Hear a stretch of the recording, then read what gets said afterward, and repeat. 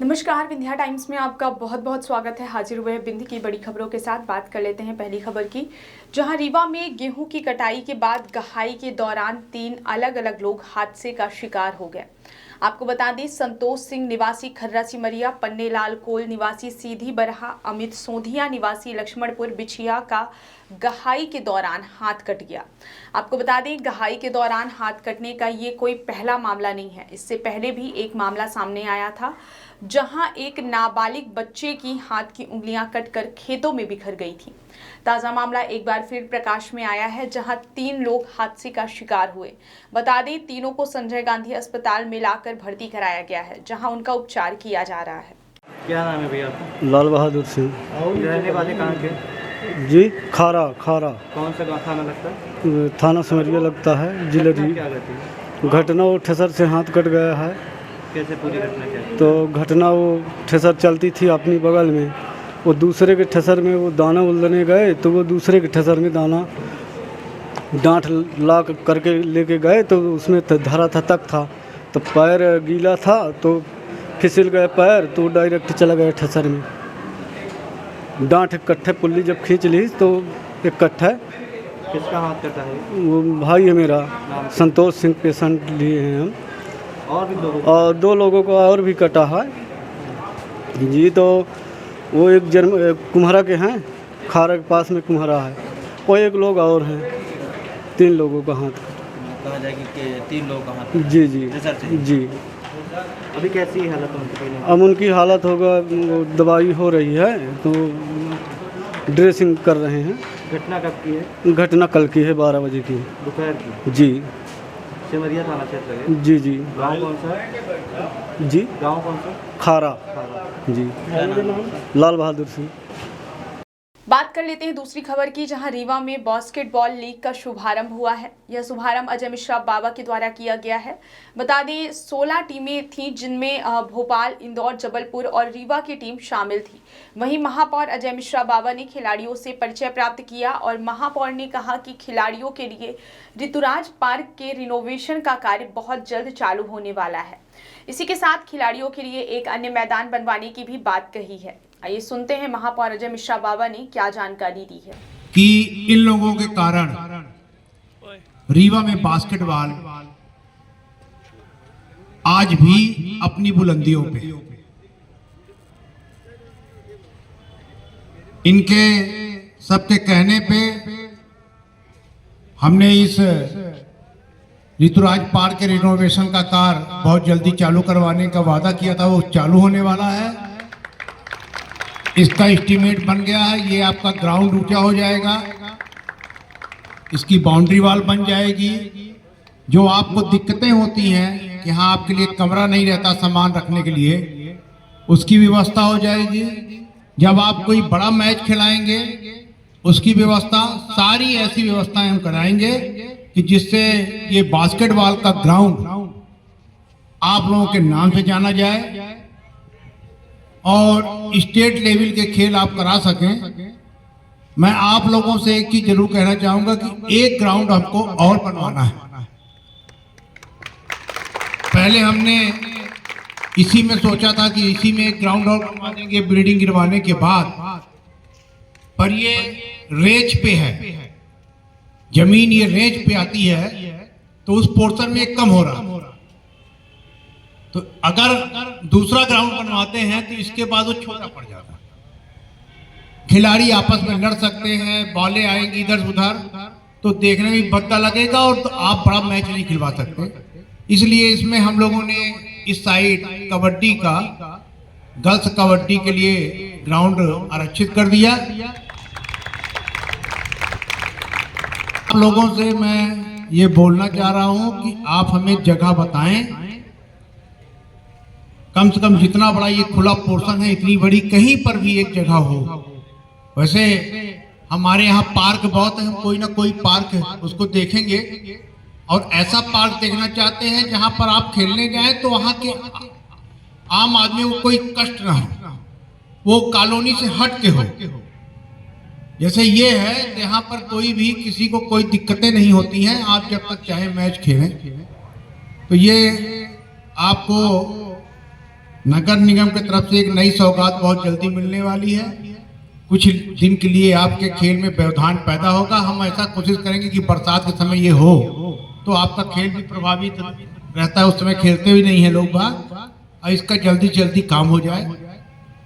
आप लोगों ने इस बास्केटबॉल को यहाँ तक पहुँचाया, उसके लिए बहुत बहुत सारी टीम को धन्यवाद।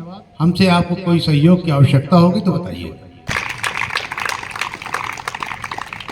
बात कर लेते हैं तीसरी खबर की, जहां सिमरिया विधायक केपी त्रिपाठी के खिलाफ दर्ज मामले को हाई कोर्ट ने निरस्त कर दिया है।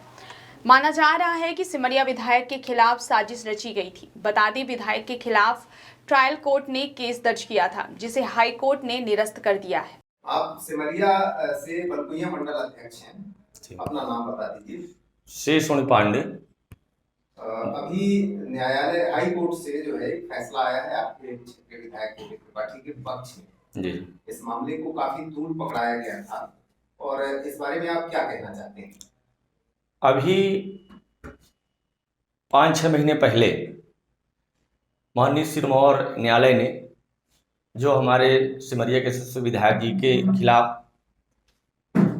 जो आदेश पारित किया गया था, उस आदेश को हमारे विधायक जी ने हाई कोर्ट में चैलेंज किया, और हाई कोर्ट ने सिरमौर न्यायालय जो आदेश था उसको सिरे से खारिज किया। तो निश्चित तौर पर सत्य की जीत होती है, और ये जो माननीय उच्च न्यायालय का आदेश आया है, तो इससे सिमरिया विधानसभा के खासकर हमारे बनकुइया मंडल के कार्यकर्ताओं में काफ़ी खुशी और उत्साह है।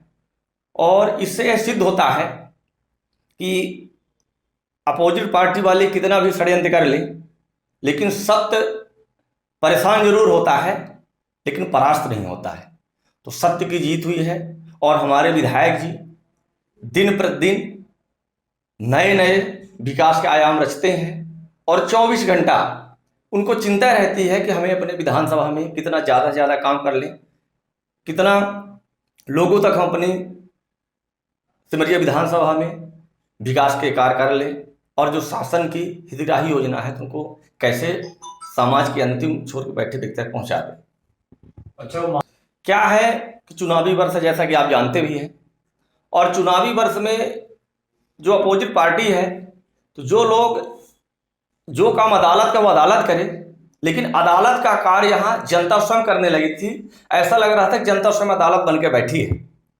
निश्चित तौर पर उनके भी खिलाफ नज़र रखी जा रही है, उनके भी रिकॉर्ड खंगाले जा रहे हैं, और उनके खिलाफ भी न्यायालय में मानहानि का मुकदमा दर्ज करवाएंगे, जिससे भविष्य में कोई किसी संभ्रांत व्यक्ति पर ऐसी जल्दी इस तरह की हिम्मत ना करे कि किसी सभ्य व्यक्ति को आप जो चाहे जो हमारे मन में आएगा, तो इस तरह आप बातें खासकर सोशल मीडिया में प्लेटफॉर्म में ना कर सकें। मेरा नाम अवनींद्र तिवारी है। मैं ग्राम पंचायत पुरैनी 379 का वर्तमान सरपंच पद पर कार्य कर रहा हूँ। अभी आपके क्षेत्र के विधायक केपी त्रिपाठी जी के पक्ष में हाई कोर्ट ने फैसला किया है जी, और उस मामले को लेकर काफी उनकी बदनामी हुई थी जी, कई महीनों तक जी, और खुद वो उस मामले में कुछ बोलने की स्थिति में भी नहीं। जी। उस हाई कोर्ट के फैसले को लेकर आप क्या कहते हैं? हाई कोर्ट का जो फैसला है पूर्णतः न्यायपूर्ण हुआ है। ये बात सही है कि कुछ जो न्यूज़ चैनल है, मैं आपके माध्यम से कहना चाहूँगा, उनका केवल एक लक्ष्य है और एक उद्देश्य है। कुछ दिनों से हम लोग देखते आ रहे हैं कि केवल वो किसी अच्छे नेता को, किसी अच्छे व्यक्ति को टारगेट करके और उसको छवि धूमिल करने के लिए उसमें जो पीछे से लोग लगे हैं, जो कांग्रेस के या कि अन्य दलों के नेता हैं, तो पूरा उस चैनल को वो सपोर्ट कर रहे हैं। उस चैनल का केवल एक काम है कि उस नेता के, खासकर हमारे सिमरिया विधायक माननीय केपी त्रिपाठी जी के खिलाफ केवल उनका एक ही उद्देश्य रहता है कि 24 घंटे उनके खबरों को गलत भ्रामक तरीकों से फैलाना और समाज में उसका जिस तरह से मतलब दुष्परिणाम हो उस तरह का, मतलब उनको भ्रामक तरीके से उसको दिखाना, गलत तरीके से उसको पेश करना, इसका प्रत्यक्ष प्रमाण है। अभी जो ये कुछ महीनों पहले ये माननीय न्यायालय सिरमौर के जो द्वारा आदेश किया गया था कि विधायक जी के खिलाफ फर्जी मुकदमा कायम किया गया था, तो उसका केवल और कारण एक था कि न्यूज चैनलों द्वारा गलत खबरों को फैलाकर पूरे न्यायालय को भ्रमित किया गया।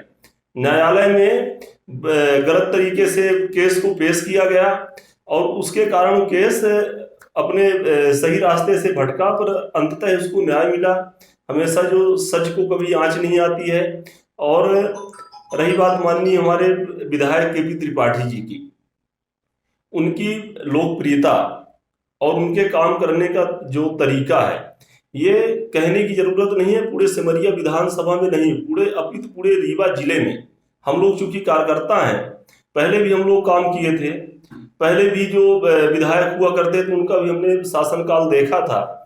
तो वर्तमान में जब से माननीय केपी त्रिपाठी जी विधायक हुए हैं, तो एक एक कार्यकर्ता अंदर से गर्व महसूस करता है, वो सम्मानजनक दृष्टि से उस बात कर लेते हैं चौथी खबर की, जहां भाजपा नेता एवं मध्य प्रदेश के पूर्व गृह मंत्री उमाशंकर गुप्ता अपने एक दिवसीय दौरे में शहडोल पहुंचे।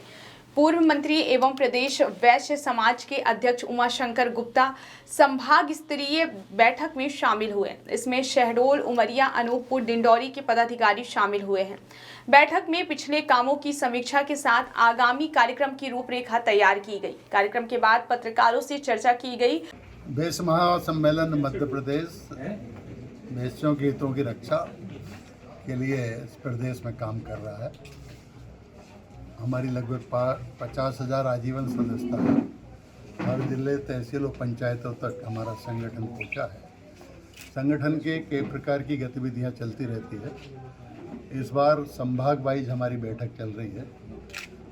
वैश्य महासम्मेलन की दृष्टि से मध्य प्रदेश को काम की सुविधा के लिए हमने 17 संभागों में बांटा है। उसमें से एक संभाग शहडोल है, जिसमें शहडोल, अनूपपुर, उमरिया और डिंडोरी जिला आता है। इन जिलों के हमारे पदाधिकारियों की बैठक है। इसमें पिछले जो काम हुआ है उसकी समीक्षा और आगे के काम की रूपरेखा का निर्धारण हमारे संभाग में कर रहे हैं। उसी दृष्टि से आज मैं शहडोल आया। सर, ये चुनावी सीजन भी आ रहा है, इसको लेकर दौरा नहीं लग रहा आपको ऐसे? नहीं, ये सामाजिक दौरा है मेरा, और मैं चूंकि राजनीतिक पार्टी का कार्यकर्ता भी हूँ, तो राजनीतिक दौरे भी होते हैं, लेकिन दोनों मिक्स वेजिटेबल नहीं है। लेकिन बहुत दिनों से आपके तीखे तेवर नहीं दिखे मध्य प्रदेश राजनीति को लेकर, आप ऐसे लग रहा है बहुत दिनों से मंत्री नहीं हूँ, इसलिए शायद आप लोग उतना छाप नहीं रहे, दिखा नहीं रहे। अभी मंत्रिमंडल विस्तार की भी कुछ संभावना है? संभावना राजनीति में हमेशा बनी रहती है, जब पूरी हो जाए तभी समझना चाहिए। Thank you.